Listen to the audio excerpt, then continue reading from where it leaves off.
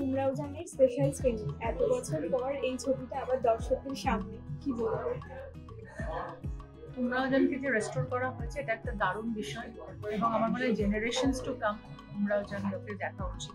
কারণ রেখাজির একটা অনবদ্য কাজ, মুজাফফর আলীর মতো একজন এত বড়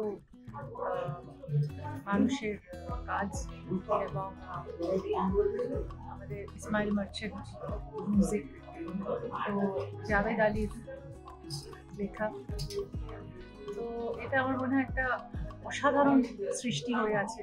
ফারুক শেখের অনবদ্য অভিনয়, রেখাজির ওরকম কাজ, মানে সব মিলিয়ে আই থিঙ্ক এই ছবিটা একটা আমাদের জীবনের সাথে মিশে আছে, এবং রেখাজির সব কাজই আমার দুর্দান্ত লাগে। I think she is the ultimate diva, and ওনার কাজ আমাদের প্রত্যেক মুহূর্তে ইন্সপায়ার করে। এখন উনি কম কাজ করেন, কিন্তু যে কাজ উনি করে গেছেন, যে কাজ ওনার আছে, তাতেই আমাদের জীবন পরিবর্তন। দিদি, আজকে তোমার লুকটার মধ্যে আমরা একটা অন্য ধরনের ছোঁয়া পাচ্ছি, তুমি সেটা নিয়ে কি বলবে? হ্যাঁ, আজকে আমি একটা সারারা পরেছি, অ্যান্ড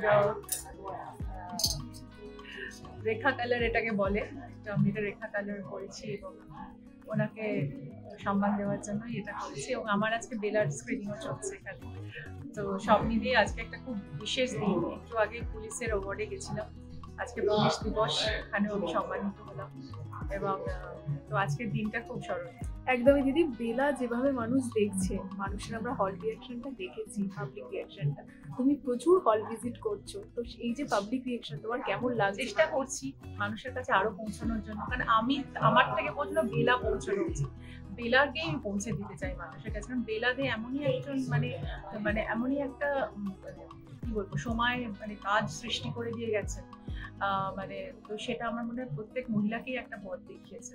তো বেলাকে প্রত্যেক মহিলারই সেলিব্রেট করা উচিত এই ছবিটা দেখে। এবং হলে দেখা যাচ্ছে দর্শকরা গানও গাইছে, গান গাইছেন, দর্শকরা কাঁদছে, দর্শকরা ভীষণ আবেগপ্রবণ হয়ে গেছেন। তো আমার ধারণা যে বেলাকে পেয়ে দর্শকরা এত আবেগপ্রবণ হয়েছেন, তো সেটা আরো দর্শকরা দেখুক, আরো মানুষ জানুক বেলার সম্পর্কে, এটাই চাই। এবং তার সাথে সামনে আরো একটা ছবি আসতে চলেছে, লক্ষ্মীকান্তপুর লোকাল, ওটা নিয়ে কি বলবো? একটু বেলার আমি এটা করি, তারপর লক্ষ্মীকান্তপুর লোকাল নিয়ে নিশ্চয়ই বলবো। এটাও একটা দারুণ ছবি হবে, এবং রামকুমার মুখার্জি ওটা পরিচালনা করেছেন। আমার মনে হয় যে এই ছবিটাও মানুষের মনে খুবই দারুণ। আমার মানে কিশোরী বেলায় এবং ওইরকম সময় তো মহিলা মহল শুনেছি, তারপরে ওই তথ্য সম্প্রচারের মধ্যে থাকার ধরুন পরে আলাপ হয়েছিল, সেজন্য তার জীবনে দেখা তো একটা অভিজ্ঞতা।